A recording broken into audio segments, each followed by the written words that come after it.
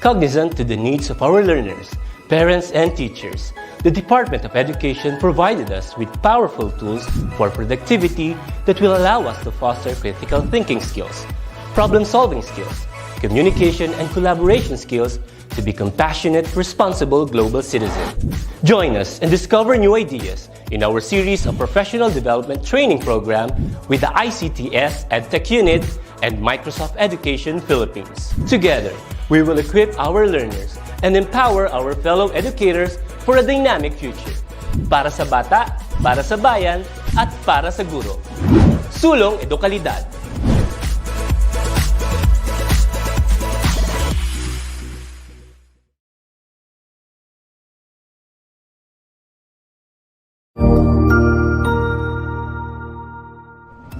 Magandang araw, Sir Wilbur po, at your service. Narito ang ETUlay upang gabayan ka sa inyong pag-aaral upang lubos na maunawaan ang iba't ibang paksa o subject. Ang ETUlay ay isang free online tutorial class na pinangungunahan ng ICTS Educational Technology Unit sa pamumuno ni Undersecretary Elaine Del P. Pascua. Ang programang ito ay hindi lamang para sa mga bata, kundi ito rin ay magsisilbing gabay sa mga magulang at mga guro kung paano nila ituturo o gagabayan sa bawat asignatura ang kanilang mga anak o mga estudyante. Sa kasalukuyan, ang self-learning module mula sa rehiyon ng Calabarzon at kilala sa tawag na pivot ang ginagamit sa ating ETUlay online class. Kaya ano pang hinihintay ninyo? Ihanda na ang inyong mga ballpen o lapis, papel o kwaderno at samahan kaming itulay ang pagkatuto para sa bawat batang Pilipino. Sama-sama tayong magtutulungan para malampasan ang mga hamon sa panahong ito. Halina't matuto kasama ang inyong online tutor sa oras na ito.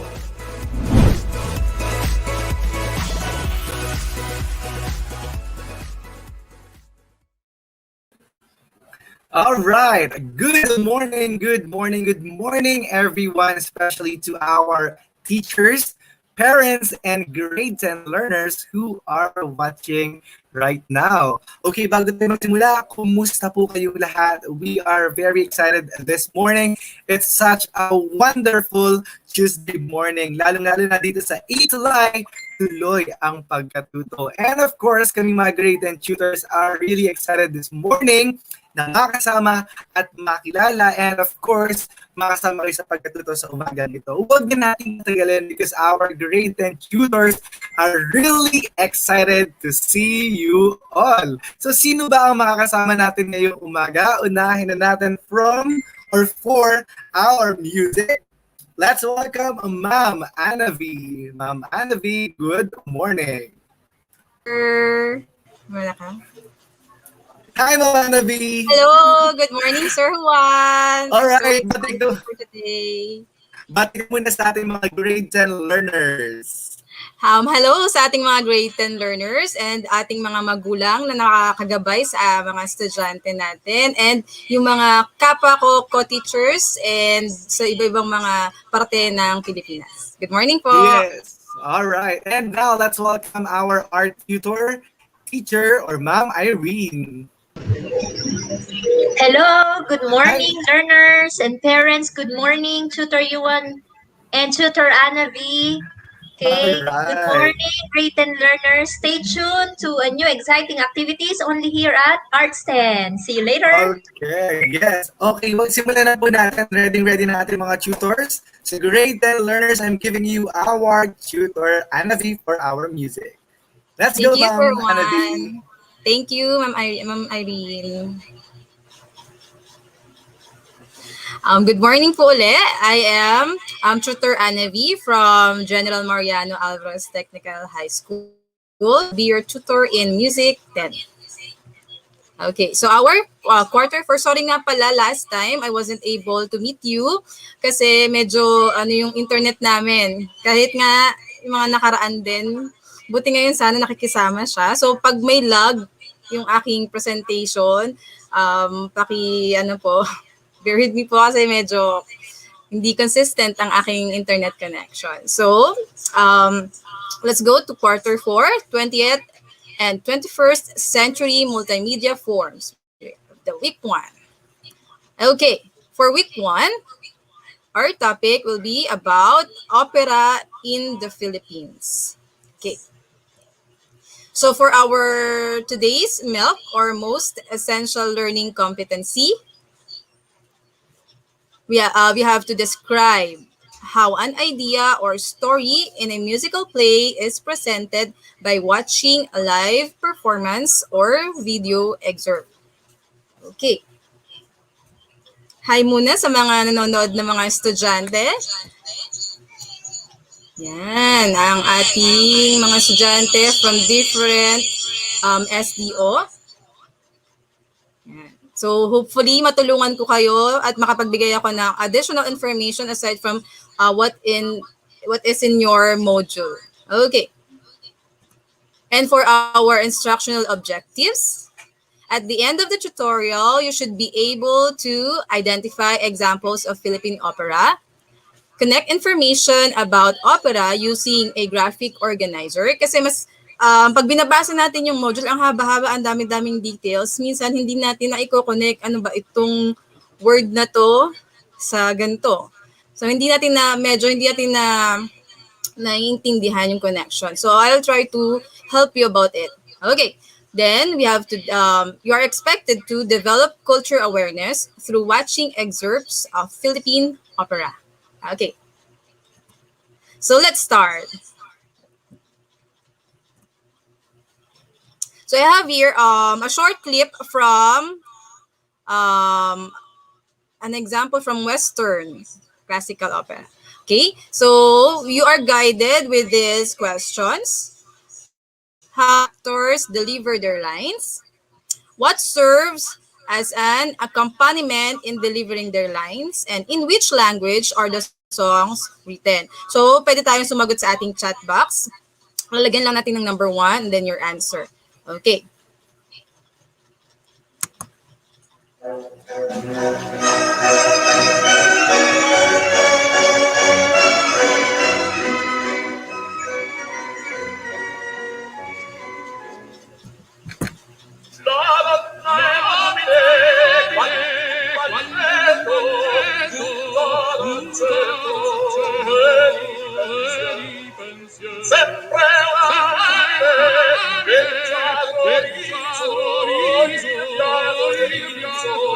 I'll be checking the chat box. You may answer the questions, the guided questions. I'll choose an answer po from the chat box.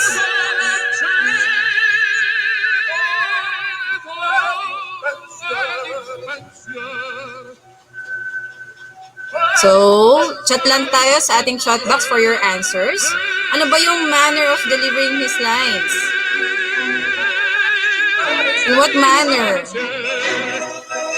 Tulad lang ba ito ng pasalita?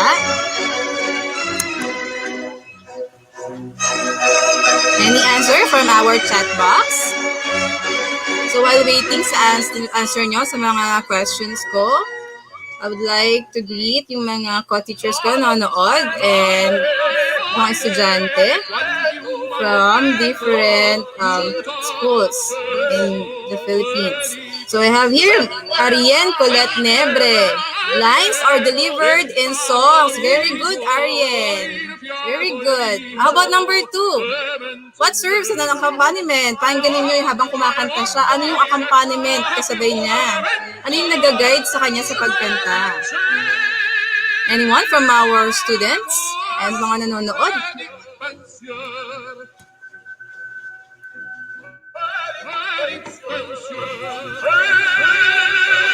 Yan.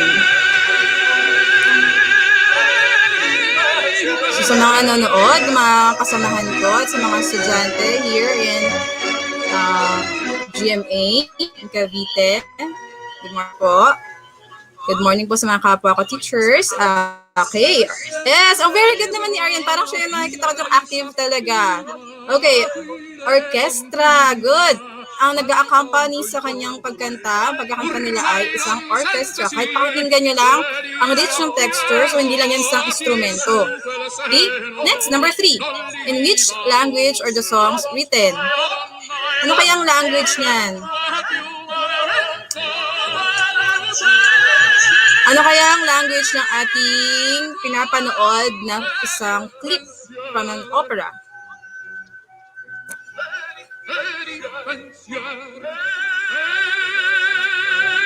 Any guess? Starts with letter I. Ano kayang language yan? Starts with letter I.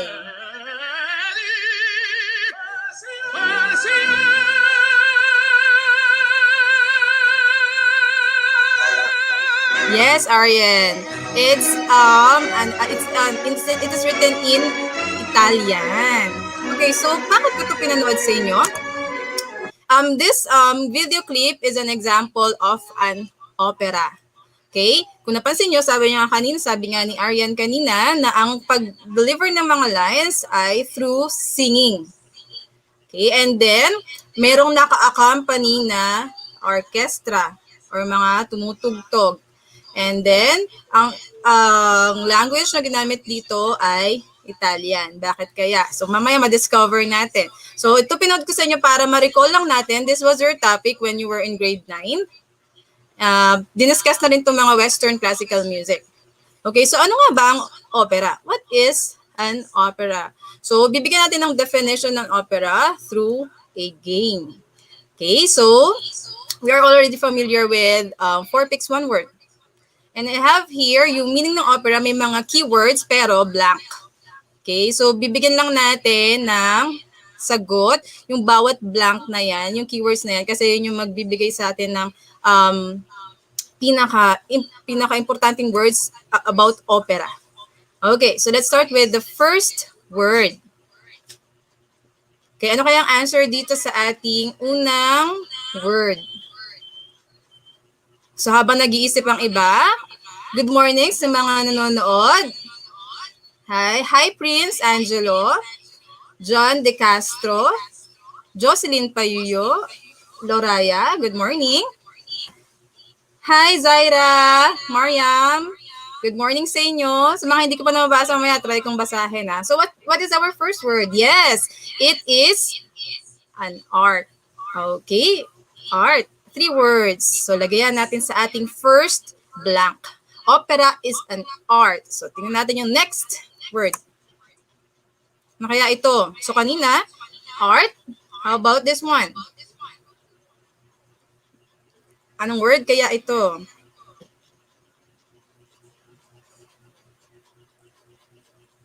Good morning, Laura Gutierrez from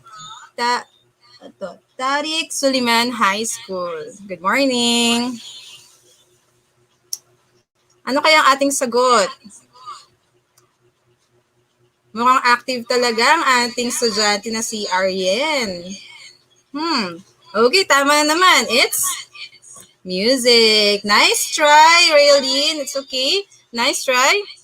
Yan, let's have the third word. So, an opera is an art and music forms in which blank. Ano kaya itong blank na to? Tingnan niyo ang mga features and try to figure out kung anong ating third word. Yan natin. Medyo lagi nga aking internet, so siguro baka hindi ko mabasa kagad yung mga sagot. Yan. So, subukan natin sagutin. Ano yung third word natin for this?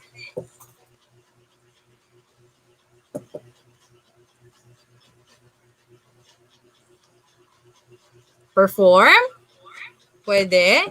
So, ano yung mga nasa picture? Anong tawag sa kanila? Since sila ay may action na pina-perform, ano kaya ito? Yes, Zaira, singer. Dagdagan lang natin ng S. Singers. Yan, good job. Okay, so, opera is an art and music forms in which singers and, let's have the fourth word. Ano kaya ito? Okay, 9 letters. Okay, 9 letters. Good morning. Good morning po, sir. Diosdado. Yan, watching from Pigkawayan National High School. Good morning. Yan. So, tingnan nyo, figure out nila ano yung ginagawa ng mga nasa photos. Pare-pareho silang mga, ano kaya ito? I'm waiting sa ating chat box. Yan, performer or pwedeng, ano, musicians. Okay. Next. Yan, musicians.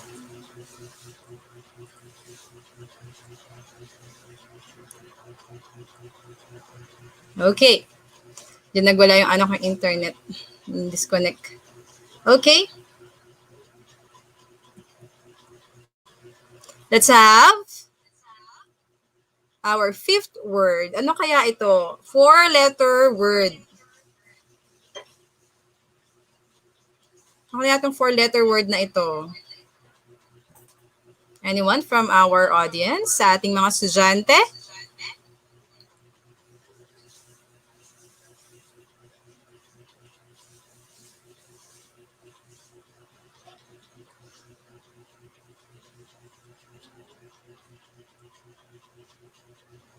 Anyone?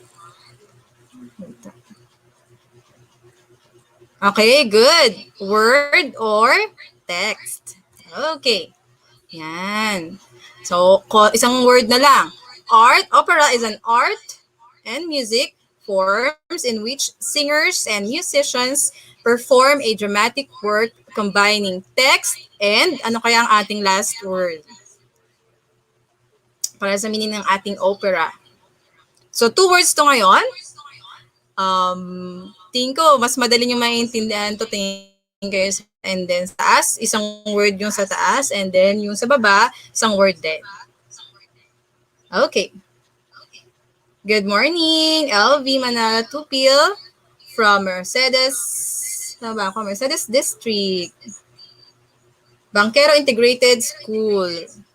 Okay. Good morning po sa ating lahat. Welcome sa mga bagong dating at bagong nanonood lang. Ano po kaya itong last word natin? I don't know if naglalag lang yung internet ko. Ano po kaya itong ating last word? Naghintay ako sa ating chat box. Yan. So meron dito tayong mga nanonood from Molino Elementary School. Good job yung mga estudyante nating mga nasa elementary pero nanonood, no? Kasi music 10 to eh. Pero they are eager to learn. Talagang saludo ako sa inyo mga estudyante nanonood kahit hindi nyo talaga ito topic sa grade level nyo. Welcome sa inyong lahat. Music score, yes. Thank you. Arian, ang active naman Arian. Very good. So, nice try, Laura Gutierrez. Yan. So, music score or yung pyesa. Yan. So, kumpletohin natin ang meaning ng opera. Tandaan nyo lang yung mga keywords. An opera is an art and music forms in which singers and musicians perform a dramatic work combining text and music score. So, yung pinanood ko sa inyo kaninang video. Di ba? Pasok lahat ng mga keywords natin doon. Okay? Now, ano po ba ang opera? Saan ba nanggaling ang opera? Bakit meron tayong Philippine opera? Okay? So, tingnan natin. Ito yung sasabi ko nyo, i-organize nyo ideas nyo using keywords. Pwede to para at least hindi nyo na kailangan balikan yung mga libro. Kunin nyo lang yung mga keywords and organize it ng mas maiintindihan nyo at mas matatandaan nyo. Okay, let's have the first part. Okay, yung opera, like nung didiscuss nyo nung kayo nasa grade 9, is part of the Western classical music. Okay, yung mga nauna niyan ay sa Italy.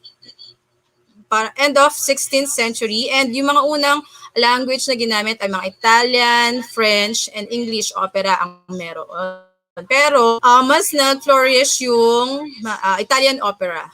Kaya example no, na dinala din sa Philippines ay ang mga opera like La Traviata, La Boheme, and Aida. Yan. Yung Aida, feeling nyo hindi nyo kilala, pero pag graduation, narinig nyo yung music na to. Okay, yan. That's a trivia. So, familiar tayo lagi sa mga narinig natin, hindi natin alam na yun pala isang classical music. Okay, next. So, paano ba napunta opera sa Philippines. So, yan ay nasa Europe, di ba? So, nung tayo ay kinolonize ng mga Spaniards, isa sa mga inintroduce nila sa atin ay ang Spanish zarzuela. Okay? And in-adopt natin in local, naging siyang zarzuela, S. Okay? So ano ba yung, paano ba nagsimula yung zarzuela or Spanish zarzuela? It was in mid-19th century and ang main purpose ng zarzuela noon ay for entertainment. But hindi lang siya naging entertainment sa mga Filipinos. Ang nangyari is naging avenue ang zarzuela para mas ma-develop ang Filipino musical skills. Yan. So, di ba, kahit extra ka, na-expose ka sa pagtugtog, sa pag-arte, natututo ka. And eventually, by 20th century, nagkaroon tayo ng ating sariling Philippine opera. And the first opera na na-produce ng mga Filipinos ay ang Sangdugong Panaginip. Okay? Sangdugong Panaginip is composed by Ladislao Bonus, and Ladislao Bonus is considered as the father of Philippine opera. And ang kanyang librettist, when you say librettist, siya yung gumawa ng text. Parang kumbaga sa atin ngayon, ang mas kilala na scriptwriter. Okay? Siya yung naging librettist noon. Ang tawag sa text ay libretto. Okay? Sa Italy, sa language ng Italy. Sa Italian, kumbaga, libretto. Okay? So, yung time na yon, Sandugong Panaginip ay nakasulat sa Spanish. Yun ay by Pedro Paterno. Yung title noon ay La Alianza Soñada. Okay? And then after that, ito yung unang-unang na-translate na opera sa Tagalog. Yun na nga yung title, Sangdugong Panaginip. And this was translated in Tagalog by Roman G. Reyes. Okay, and then ginamit din to ni Walter H. Loving. Sino po ba yung Walter H. Loving? Colonel Walter H. Loving. Siya yung naging chief musician ng Philippine Constabulary Band. And ang tinitle niya sa opera na to ay The Dreamed Alliance. Yan. Ma'am, tungkol saan po ba yung Sandugong Panaginip? So, ang Sandugong Panaginip, pinaka-maikling masasabi ko doon sa Sandugong Panaginip, it is all about sa Muslim pirates na pumunta sa Luzon. And kiniklaim nila yung mga maidens o yung mga dalaga as their tribute, para tribute sa kanila. So, anong kita nila po is yung alliance between the Philippines and the United States na pwedeng mag-rescue or pwedeng tumulong para malabanan yung mga Muslim pirates. So ito yun. Ikot doon ang kwento nun. Okay, and itong mga opera na to ay na-perform in different theaters noon. Okay, so Zorilla, ito yung mga theaters noon, nung panahon na nagsisimula pa lang ating Philippine opera. Príncipe Alfonso Variedades, Quiapo, Tondo, Manila Grand Opera.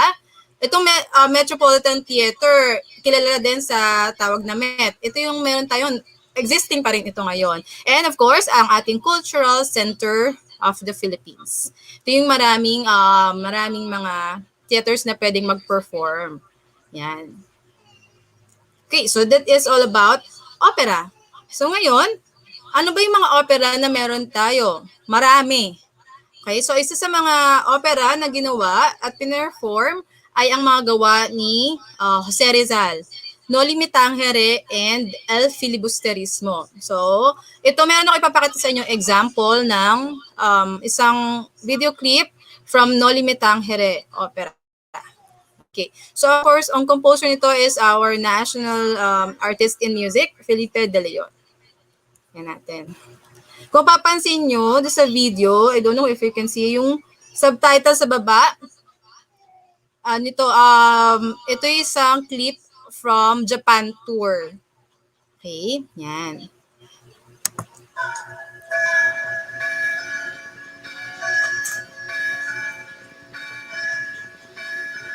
So nakikita niyo yung yung kayo ng babae, si Sisa. Take note, may music, may mga actors, syempre may costume. Yan.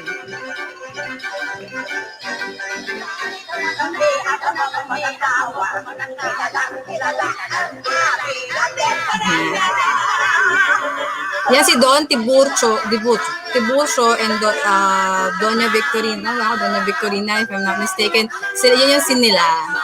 So, sino ba yan? Sino ba sila sa No Limit Tangere? So, sa kwento ng No Limit Tangere, si Doña Victorina ay isang parang socialite. Bago gusto niya, ayaw niyang, pakinggan niya yung lyrics, ayaw niya sa kapwa niya Indio, kumbaga. Ayaw niyang magpakasal sa kapwa niyang Pilipino. Yan, 32 years old na daw siya.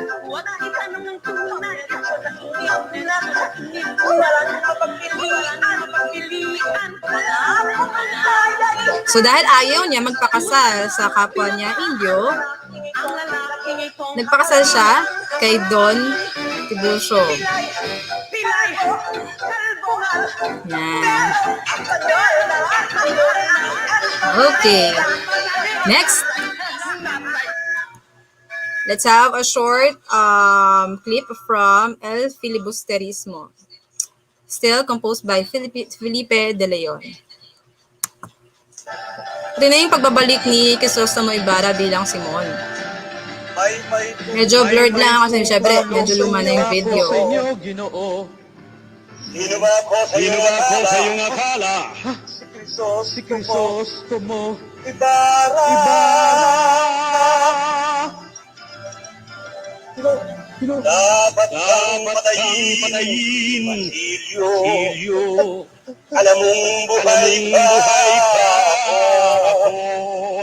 Sisirain mo lamang ang nayong ko. Hindi.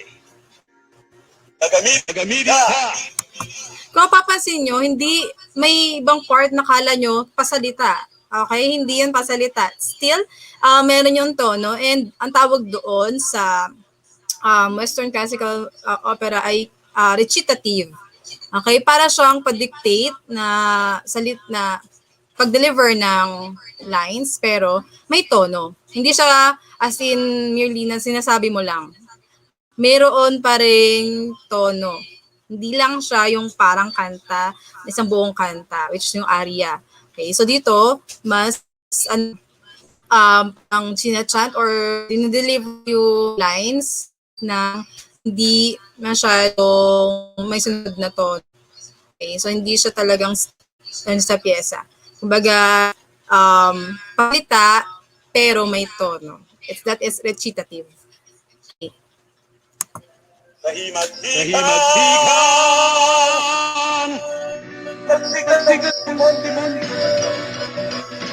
Yan. This is Basilio. Anak ni Sisa, si Crispina sa Basilio. Pinamatigang mga tao sa kamatayan.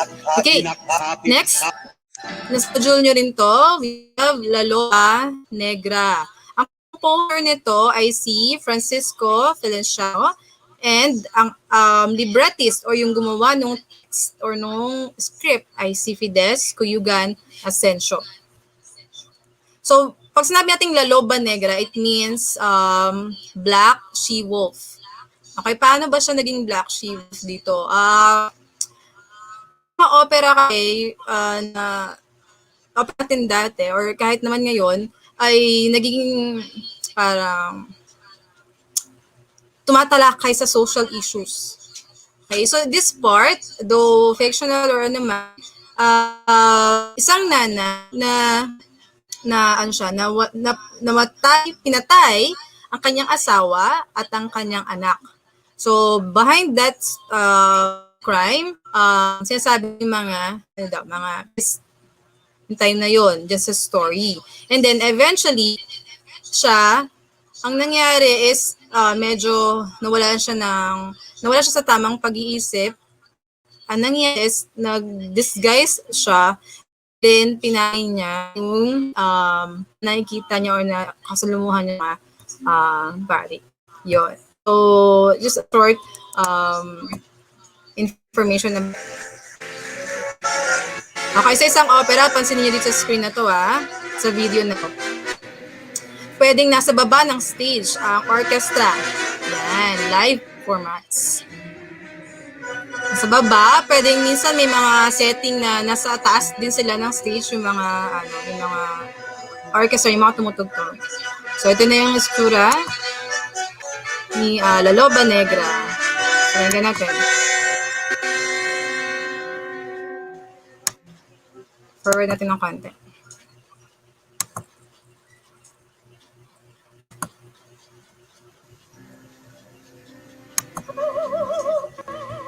So, yung atake niya dito iba. Okay? Kumbaga, classical yung atake niya. Minsan hindi naman tayo kasi lahat sanay makinig ng mga ganitong atang pagkanta. Okay, pero yan ang typical na opera. So, nag-evolve lang yung ating Philippine opera para mas ma-reach audience na hindi sanay sa ganitong mga pagkanta. Pero, mind you sa ganitong quality ng pagkanta, yung mga singers natin, yung hirap nila dito para mag-aral ng boses, yung pag-train, hindi ro. So, it is talent talaga yung pagkanta ng ganito. Yung atake. Okay.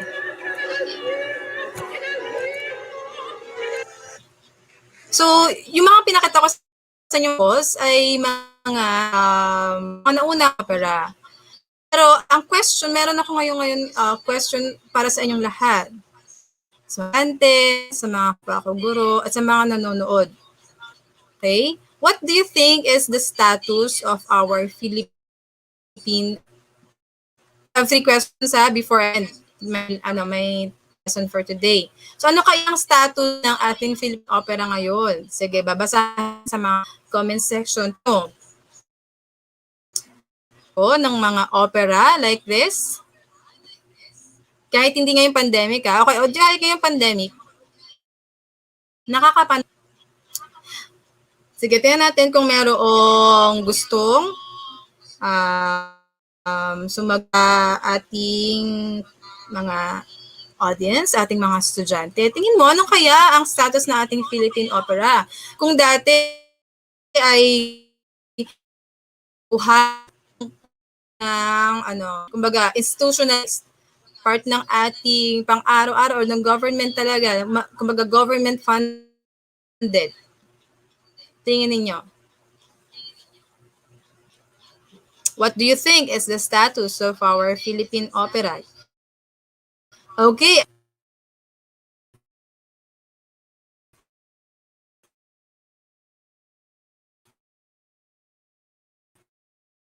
Take note, lahat ng skills, andun na lahat ng art, pero is unnoticed. Good job, Arjen. Good job.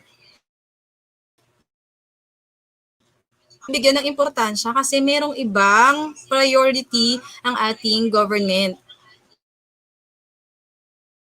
Okay? Ng presidente, may iba-ibang priorities yan.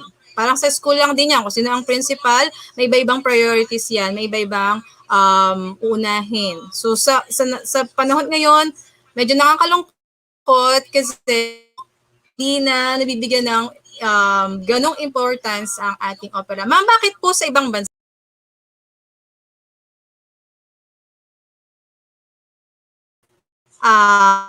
Hindi napakamahal, gumastos, ang laki ng ginagastos sa pag-produce lang ng isang opera. Actors, composer, libretist, lahat ng production, magastos. So sa kanila, bakit nila na-sustain? Kasi yun ay, sa ibang bansa, yung opera nila ay government funded. Yan. Kasi tayo, medyo negative tayo dyan.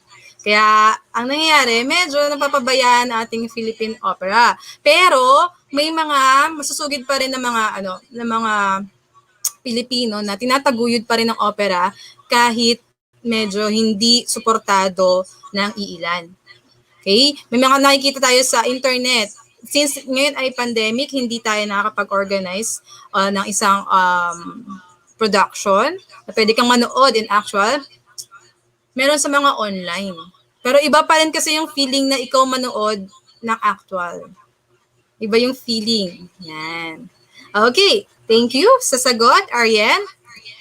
Let's have the next question. Why is it important to keep the Philippine opera alive? Ba't di natin kalimutan? Pwede namang hindi na lang eh. Bakit kaya? Bakit kaya kailangan natin na aralin pa ito? Bakit topic natin to ngayon? That part ng ating music nyo?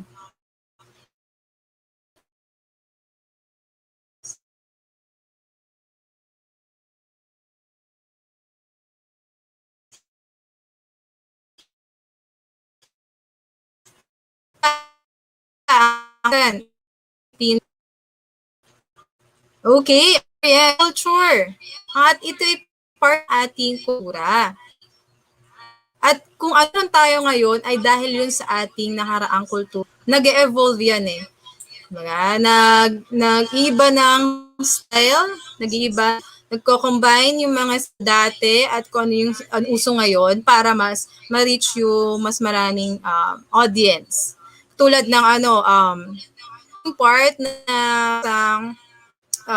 version ng No Limit Tangere, if I'm not mistaken, sila Regine Velasquez and Jano Gibbs. Okay, naging si Crisostomo Ibarra and si Maria Clara. Sila yung kumanta. Diba? Kung para pag ikaw idol, panonoorin mo kasi doon iba yung setting kumbaga kasi nasa opera, panonoorin mo kasi idol mo si Regine Velasquez. Yan, pero ginawa nila ng twist para at least na doon pa rin ang ating kultura at the same time nanonood ka ng gusto mo. Kasi gusto mo yung artista. Yan. Pero still part of our culture.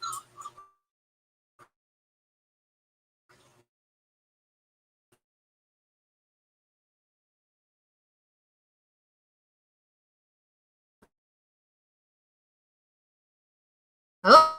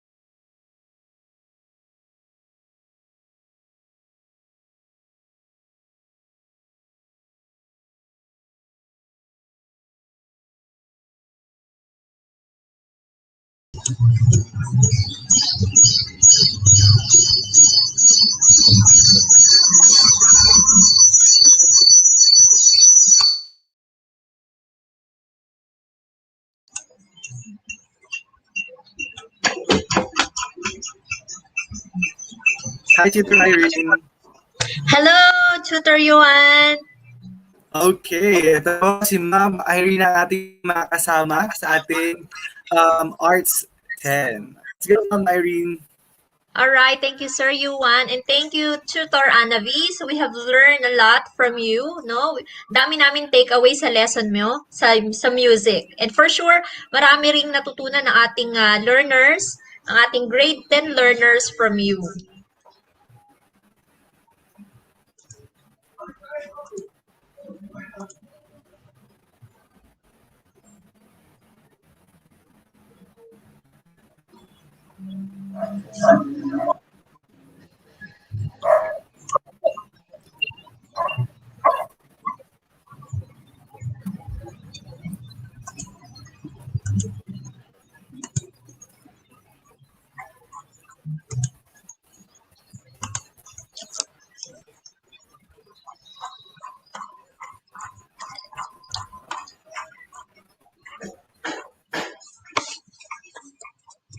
Alright, again, magandang umaga sa inyong lahat, lalo sa ating mga mag-aaral, mga magulang at mga kapwa-guro.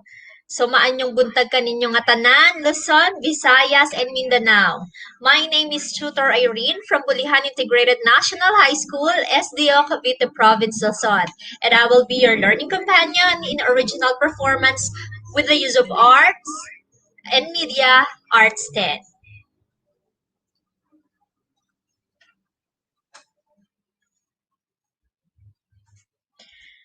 Before we go over, let us find out how well do you know our lesson for today by answering 5-item questions.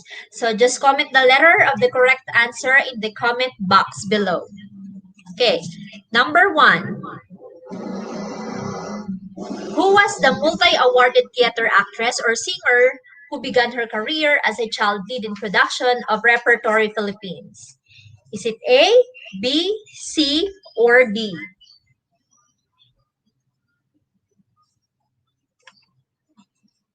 So, tingnan ko nga yung mga comment ninyo. So, ano po yung tamang sagot?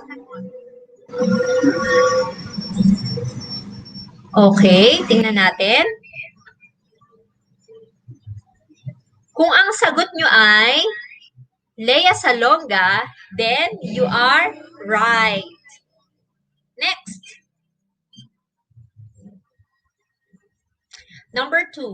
What of the major art form that brings together all the other art forms, from painting and sculpture, to installation art, to music, to dance, to literature, even to computer arts in a single production? What's your answer? Just comment down your answer A, B, C, or D. Tingnan ko nga sa ating mga grade 10 learners. Good morning kay Ariane Colette Nebre. And kay Elris Lea Alson. Okay, ang sagot ni Ariane ay theater. Let us see. Alright, you are correct. Next, who is the founder of the Theater Down South? Is it A, B, C, or D?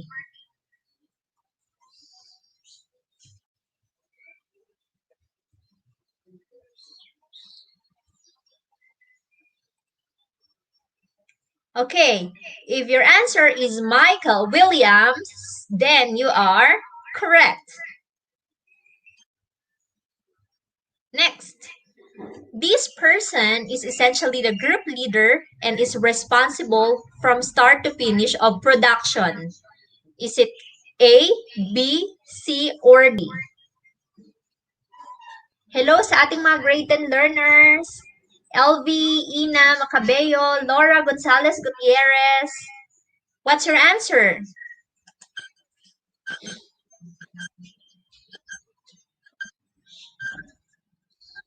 Okay. If your answer is producer, then you are correct. Okay, thank you for your response, Ariane Colette Nebre. Next, in what year Philippine Opera Company or POC was founded? Is it A, B, C, or D?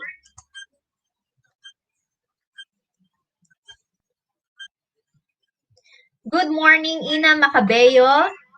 All right, if your answer is B, 1990, then you are correct. All right, so congratulations. It seems that some of you have an idea of our lesson for today. And let us now discuss them vividly. Ano po? So just sit back, grade 10 learners, relax, and pay attention as we will discover more of them. So what do you need to know? Let us talk about theater. Ano ba pagka sinabi nating theater? Alright, it is the major art form that brings together all the other art forms. So, a story is acted out on stage, no? In other performance area, meron tayong actors portraying the characters, bringing them to life and developing the plot through dialogue and actions. and sometimes through songs and dance.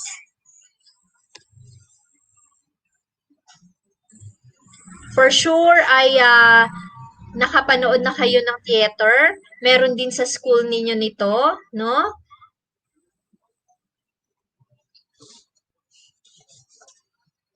Okay, so yung kasaysayan ng teatro sa Pilipinas. Ano nga ba yung teatro sa Pilipinas? So, again, yung teatro, ito ay isang uri ng collaborative form of arts na binubuo ng mga actor and actress upang maipakita ang isang sitwasyon o karanasan ng isang tunay o kathang-isip na kaganapan. No, it entertain us, pero nandoon yung meaning. So tulad na lamang ng uri ng pamumuhay na meron yung ating mga ninuno or ancestors natin before, noon pa lang meron ng uri ng teatro ang ating bansa. Bago pa man tayo sakupin ng mga Espanyol, yung ating mga ninuno ay meron ng mga rituals noon, like pagsasayaw, pag-awit bilang pagsamba sa iba't ibang Diyos, na tinagurian nila noon na indigenous drama. No? And then, nung dumating ang mga Espanyol, ay yung nakaugalian natin na mga practices ay napalitan no ng mga dayuhan at ipinakilala nila yung comedy, yung komedya, yung zarzuela or yung mga musical na pagtatanghal o yung sinakulo kung narinig nyo na no pag magmamahal na araw, ito yung Lenten play depicting the life and suffering and death of Christ at iba't ibang uri pa ng drama. Yung also yung mga uri ng teatro na nilalaman ay yung kulturang Espanyol at Kristyanismo na dinudula at inaawit at sinasayaw. And great and learners, in 1898, it marks the beginning of modern drama in the Philippines. So, hi Ina Macabeo at ang iba pa nating great and learners. So for our objectives for this week, at the end of the tutorial, you will be able to name the Philippine theater and performing groups, and also outline the details of the artistic elements of the Philippine theater and performing groups production, and recognize the role of a character of a production staffs. So ano bang meron tayo ngayon, no? So, have you watched the excerpts of the theater production that Lea Salonga has starred in Miss Saigon? So, aware ba kayo sa Miss Saigon? So basically, yung Miss Saigon, it tells the tragic tale of a romance involving an ancient woman na-abandon siya ng kanyang American lover. And it is highly operatic in style and mostly through song. So halos yung mga dialogue niya ay inaawit and the theme is communicated in selected performance through integration din ng mga musical sounds, ng songs, ng dialogue, and dance. So, nakikita nyo nga sa screen niyo, our very own theater legend, Lea Salonga, is the first Asian woman to win the prestigious Tony Award for portraying Kim in the original Broadway run in 1991. So, Miss Saigon also was played in Manila at the Cultural Center of the Philippines in 2000. So, ganyan kahusay ang mga Pilipino, no?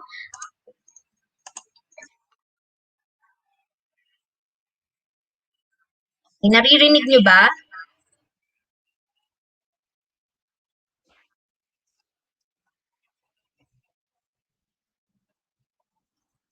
Naririnig nyo ba? Say yes sa comment box.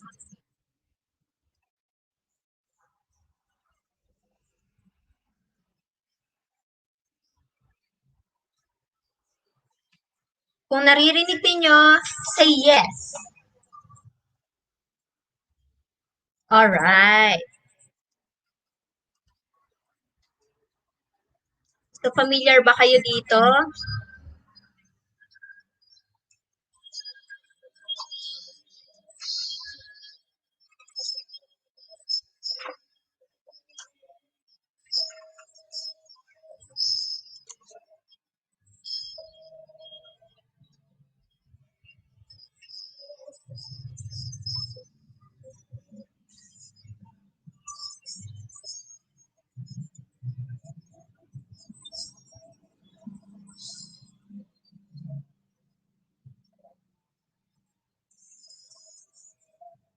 So, siya yung kumanta niyan. Imagine, napakahusay ng mga Pilipino. Kayang-kayang makipagsabayan sa buong mundo.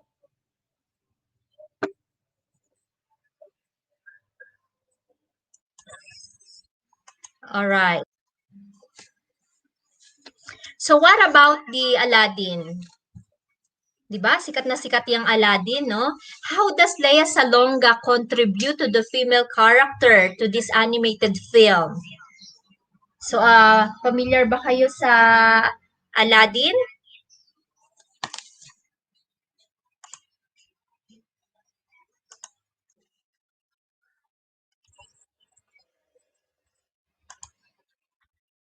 Okay, panoorin natin ang Aladdin.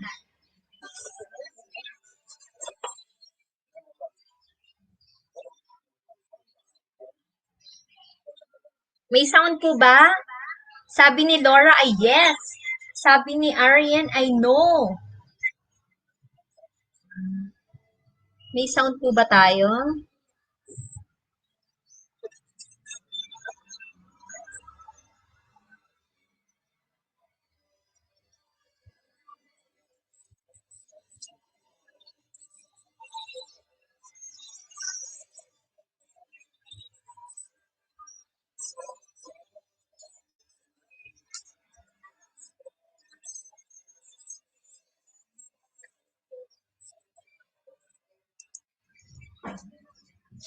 Okay, some answer yes. No sound daw.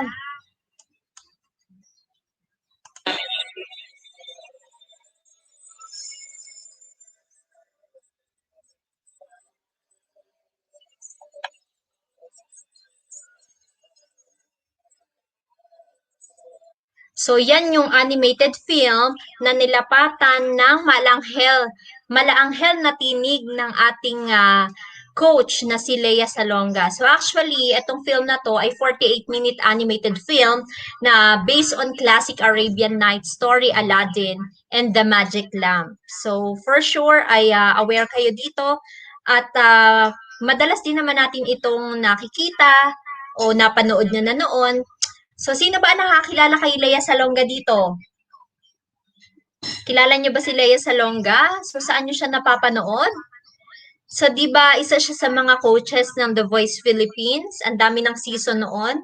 Kasama pa niya ang ilang mga batikang coaches at singer tulad nino. Sino yung mga kasama niya aside from Sharon Cuneta?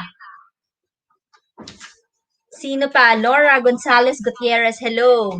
Kasama din niya si Bamboo. Who else? Okay. Thank you for your response. Yes, Sarah Geronimo and Apple the App.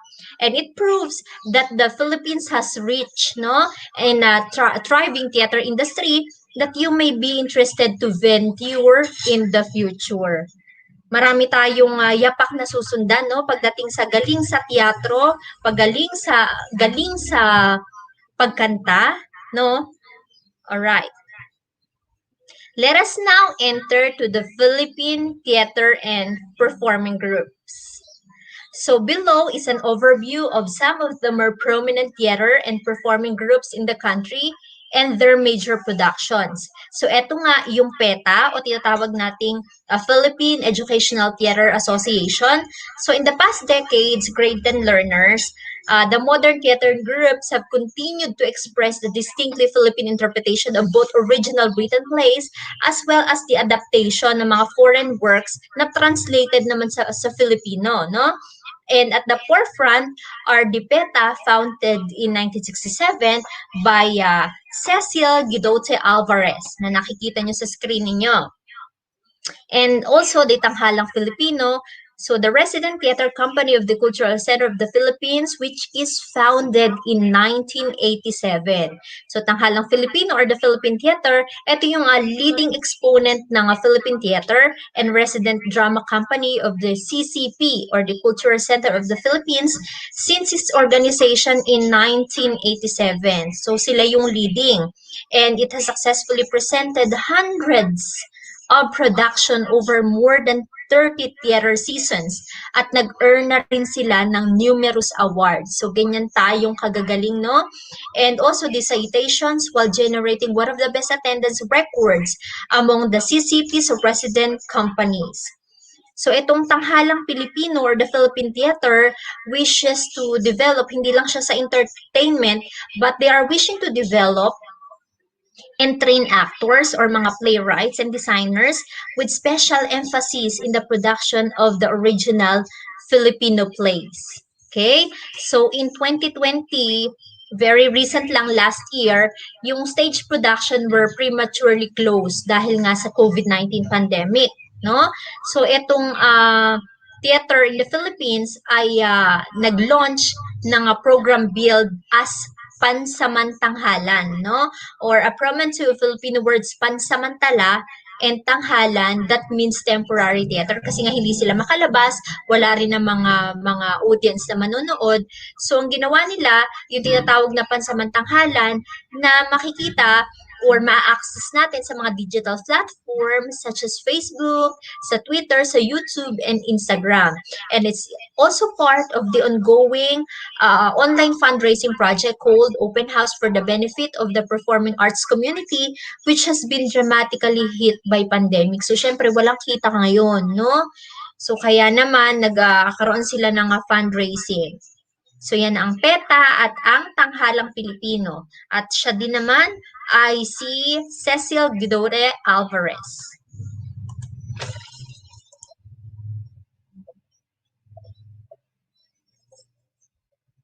So, yan. Sana nadidinig ninyo. May sound ba? Yung video?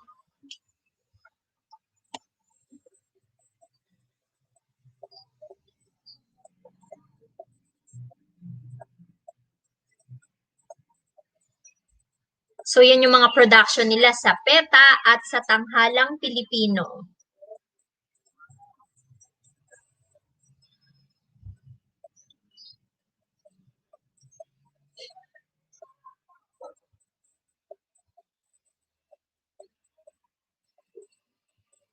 Nandyan din ang ating mga batikang actress, no?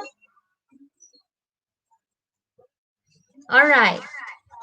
Moving forward, let us talk about one of the Philippine theater, also the Repertory Philippines. Okay? Tandaan, Repertory Philippines. Ay, no sound daw yung video. Alright, in 1967, the theater director Zenaida Amador, na nakikita ninyo sa screen ninyo, ay na-fulfill niya yung dream niya of bringing the best of Broadway and London's West End to Filipino audiences. So together with the other actresses such as Baby Barredo, baka ito yung mga lola-lola nyo na, no? Si Amador, na nag-establish ng Repertory Philippines. So again, great learners, ang Repertory Philippines, ito ay company. No? This is a company not only stage or perform English language plays and musical year-round, but also kagaya ng PETA at Tanghalang Pilipino, they also train actors and actresses as well para mag-multiply, dumami yung mga katulad nila, no? Para mas mag-expand pa ang galing ng mga Pilipino pagdating sa teatro. So this company, the Repertory Philippines, which was founded in 1967, no, ay nag-continue pa rin yung vision nila hanggang ngayon. So, yung multi-awarded theater actress and singer na na-present ko sa inyo kanina na si Miss Lea Salonga, in fact, began her career as a child lead in productions of Repertory Philippines. Nagsimula lang siya nun as trainee hanggang sa humusay siya, na-train siya, napali siya at naging multi-awarded. So, from there, she went to become an international stage superstar in the lead role of Kim in Miss Saigon. Yung nakita ninyo kanina. And dahil sa husay niya, she puts the Philippines on the world map in terms of theater talent. Kasi syempre, pagka may star-spotted, no, gaya ng ating mga Miss Philippines, nakikilala tayo. Pagdating naman dito sa mga theater arts, nakilala tayo dahil din kay Lea Salonga. no? So, ano ba yung mga role din ng character sa isang teatro, no? At syempre, ang pinaka-main, meron tayong mga production staffs. So, ito pala yung isang sample ng Repertory Philippines Theater. So, yan na na-produce niya. Okay, play.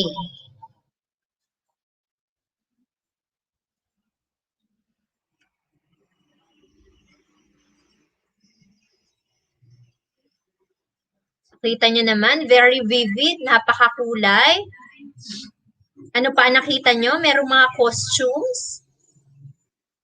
Ang ganda rin ng music. So, sana nadidinig yung music.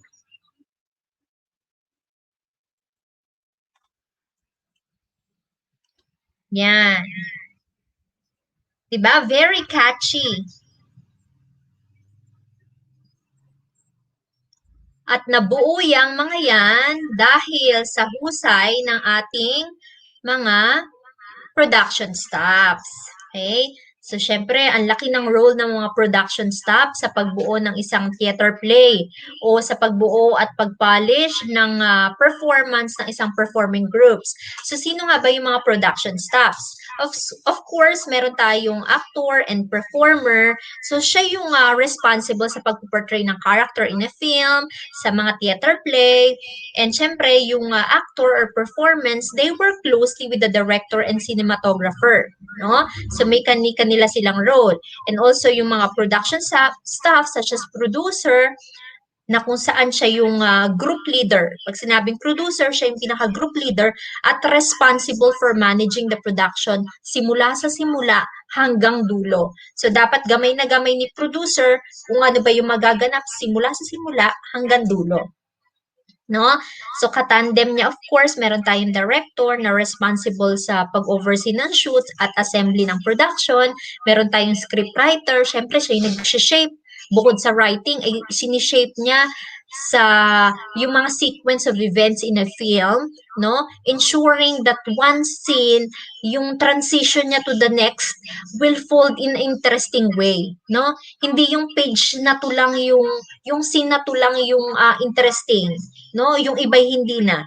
Ini-ensure ni scriptwriters na lahat ng isusulat niya at ipapakita ng mga performing groups, no? Ay talagang interesting at talagang hindi bibitawan hanggang dulo. At nakita nyo kanina, merong costumes dahil yan sa gagaling ng ating mga costume designers. At ano ba yung cinematographer? Diba lagi natin naririnig to? So ito yung director of photography na responsible sa pag-capture ng script or film or video. So, siya yung nagpe-pay attention sa mga lighting, sa mga camera's technical capabilities, no? Kung saan anggulo ba maganda o saan anggulo ba talagang mas magsha-shine itong kanyang pinoportray na role o saang sulok ba talagang mapapaiyak ang audience, no? So, syempre, meron din tayong editor. So, after shooting, ay ino-organize na niya yung mga footage, tinatanggal yung mga hindi kailangan, o kaya naman ini-enhance yung mga dapat i-enhance para makabuo, of course, ng mga profound effect at magandang appearance sa final filming or final film. And the music supervisor, ang laki ng role niya, no, ginagampanan. Kasi, syempre, right music. Today, syempre, selecting the right music for the film will intensify the story for the audience.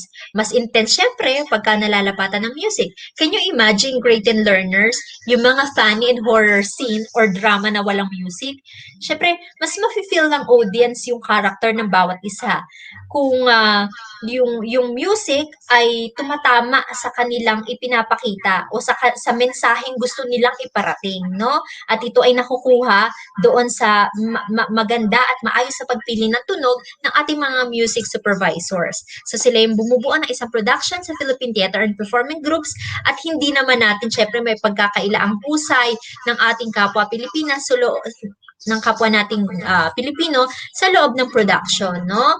So lahat sila ay simula sa producer hanggang designers at sa bawat isa meron silang very essential role in making a meaningful theater performance. So lahat sila ay talagang napakahalaga. Kumbaga, pagka wala yung isa, pilay na. No? Next, dito pa rin tayo sa Philippine Theater and Performing Groups. Let us talk about trumpets. Okay. So, siya na yung, sila ay mga performing groups na.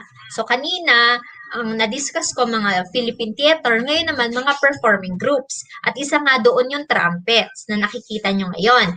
So, in 1990, the Philippine Theater Group Trumpets began mounting grand productions of originally written musicals in a slant toward good values for children and the whole family. So, among their plays, nandyan yung The Lion, The Witch, yung Noah, at yun ngang Bluebird of Happiness. So, maraming matututunan kasi ang focus niya, they are slanting toward good values for children at pang buong pamilya. No? So, yung intention ng trumpets is to provide a wholesome theater experiences for the Filipinos. So, napanood nyo ba yung Bluebird of Happiness? So, iyan ay musical adaptation of Maurice Maeterlinck's play of the same name featuring music by Ronnie Fortrich and book lyric by Jaime Del Mundo. No? So, what is good about this play is that fast-paced siya. Also dynamic and has easygoing appeal that could make it likable to young viewers. Kasi di ba yung mga young viewers natin, yung attention span nila pagka nanonood ng teatro ay hindi, yung iba naboboard. Pero dito sa Bluebirds, talaga namang very dynamic at nakuha yung puso ng ating mga young viewers as main target audience, no? Nitong trumpets. So, the songs are very catchy, yung mga dialogues ay designed talaga for kids, and even the humor is easily grasped. So, ang husay lang talaga ng production, no? So, if you have time, great and learners, you can search them on the net and see for yourself kung gaano ka-artistic ang mga Pilipinong tulad natin, no? So, iyan ay ilang mga scenes sa Bluebird.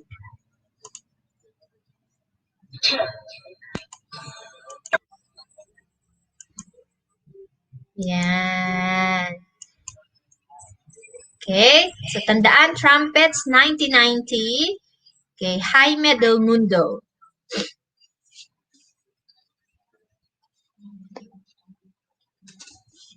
So, eto naman ang New Voice Company. So, grupo din sila, no? So, also, making its own distinct contribution to the Philippine theater scene ay etong tinatawag nating NVC or New Voice Company na na-establish noong 1994 by Monique Wilson. So, familiar ba kayo kay Monique Wilson? So, also, a repertory Philippines protege, siya yung star noon din sa international stage. So, New Voice has earned a reputation for staging through-provoking production sa mga daring and deep topics. So, nakikita nyo dyan yung life after cabaret, no? So, the NVC is fast gaining a name of one of the Asia's most respected and acclaimed theater groups. So, kahit na yung staging nila ay through-provoking production on daring and deep topics, but still, they are most respected. It's because also of their innovative staging performance and never before seen daring and courage and highly polished, no? Yung mga provocative or seductive productions have set a new trend in theater. So this group, the NVC Productions, have dealt with issues, no, ranging from women's rights, sexuality, the incest and globalization, at gusto din nilang ipakita or magkaroon ng awareness yung mga manonood sa ating gender inequality, sa sexual harassment, homosexuality, yung poverty and oppression, and the violence against women, no? So among others, itong NVC also moves us to act rather than talk. And it creates theater as a force of change, no? So, nagbigay sila ng mensahe para magkaroon, syempre, ng change pagdating sa mga issues na nabanggit ko, no? Okay? the Philippine Opera Company. Let us talk about this. So ano ba pagka sinabing opera? So narinig nyo kanina sa lesson ni Teacher Anna V, yung opera na discuss niya, no? So isa siyang genre ng classical music na nalilinya sa polka, sa waltz, sa concertos, yung mga sonata na makabasag bumbilya pag tinugtog na. So narinig ko kanina, no? Narinig natin kanina of what opera is at yung mga examples niya. So, POC was founded in 1999 by a group of dedicated classically trained singers led by soprano Carla Gutierrez na nakikita ngayon sa screen as artistic directress. So, the POC or the Philippine Opera Company ay nagsisik naman to develop performers as well as the audiences for classical music performance, both foreign and Filipino. So, it is the only opera company in the country that produce a regular opera production and is committed in broadening the audience for opera by performing in malls, sa mga parks, sa schools and community centers and other places. At napanood nyo rin kanina yung El Filibusterismo, di ba? Ni Tutor Anabi. So this opera was closely based on a novel of Jose Rizal and by the same name, and its continuation to Noli Me Tangere, another novel of Rizal, was also adapted as an opera, no, by the same composer. So yan, nakikita nyo sa screen nyo, there is also Opera Harana which is about worship naman. So may mga storya, binuhay ng tunog, maayos na set, na costume, lights, at higit sa lahat ay yung nakapupukaw na ganda ng mga mensaheng ito. At di ba, mas madali kasi nating ma-recognize at maalala pag tumatago sa atin yung ating napapakinggan, no, at napapanood. So gaano man kasakit ito, no, gaano man ka-painful yung experiences na napanood natin, o gaano man to kasaya o nakakapanindig balahibo, no? And that's the power of theater, kung saan napagsasama-sama natin lahat ng art forms in a single production. No, nandiyan na si acting, nandiyan na yung galing natin sa art, sa pag-develop ng mga props, no? Yung dancing, yung galing sa batuhan ng dialogue, at napakita lahat yun in a single production. And finally, we have the theater down south. So, balik ko lang dito. So, ito yung example niya. Harana.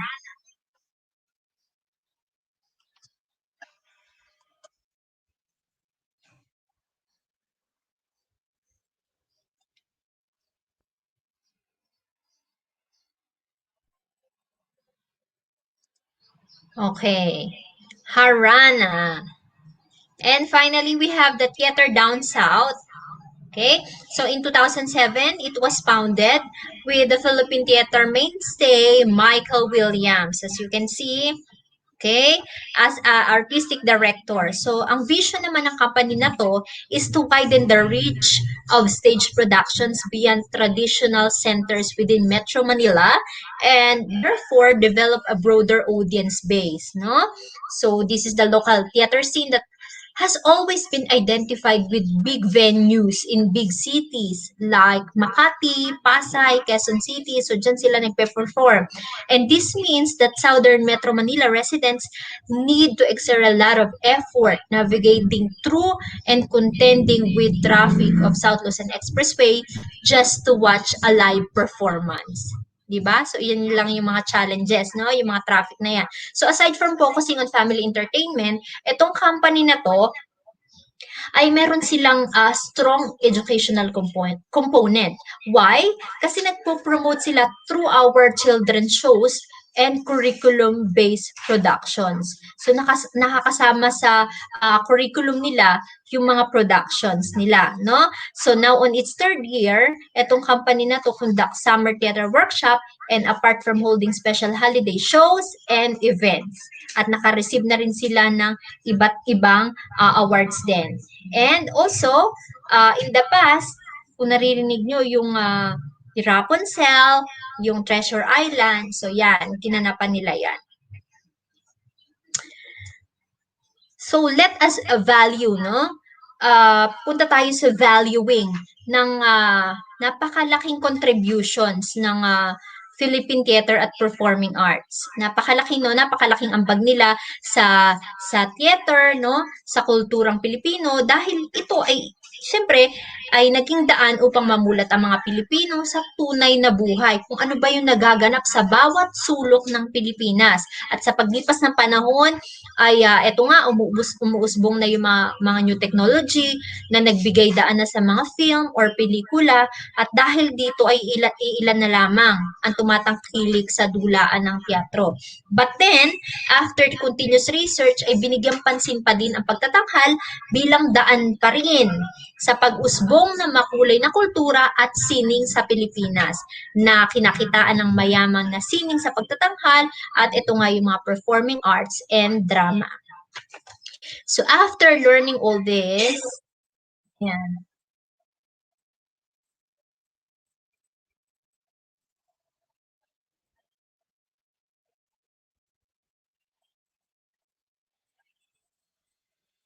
Okay. So, hopefully, naririnig ng iba yung sounds. It's time for harvest time, no?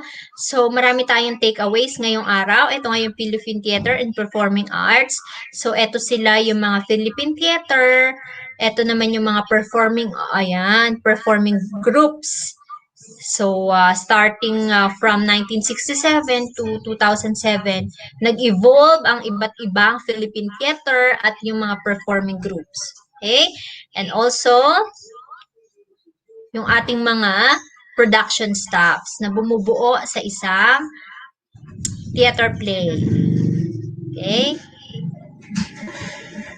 Now, after learning all this, I want you to name at least 2 Philippine theater and performing groups. So, tingnan ko nga sa ating chat box, magbigay kayo ng at least 2 na Philippine theater na natutunan ninyo and 2 performing groups. Okay? Time starts now. 5 seconds lang. So, tingnan ko kung sino ang makakasagot. Kumusta ang ating mga grade 10 learners? Hi, Rian Mendoza. Hi, Miss Laura Gonzalez Gutierrez.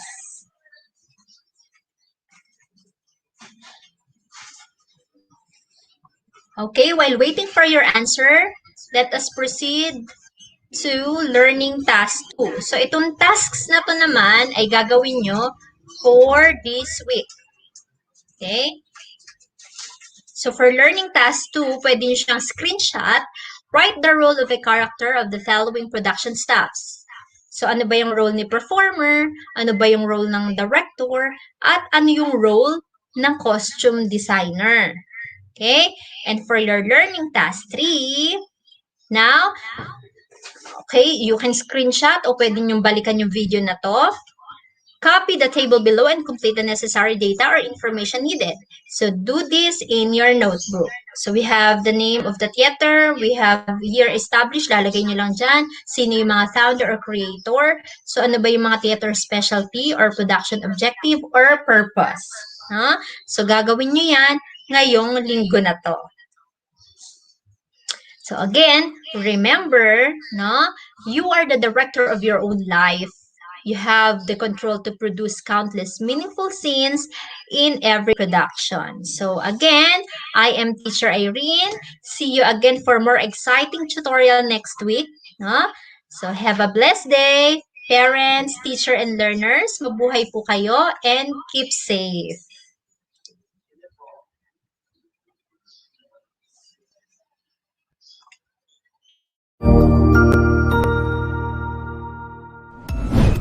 Sigurado ako na marami ka na namang natutuhan sa ating ETUlay tutorial session ngayong araw.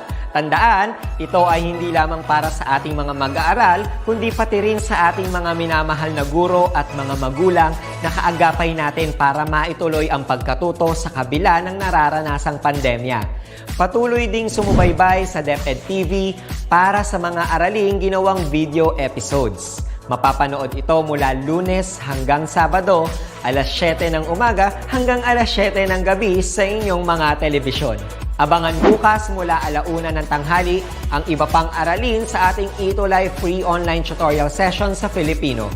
I-like and subscribe at manatiling nakasubaybay sa ating ETUlay tutorial session sa DepEd Edtech Unit FB page at Educational Technology Unit channel sa YouTube at sa DepEd tayo at DepEd Philippine social media accounts. Paalam!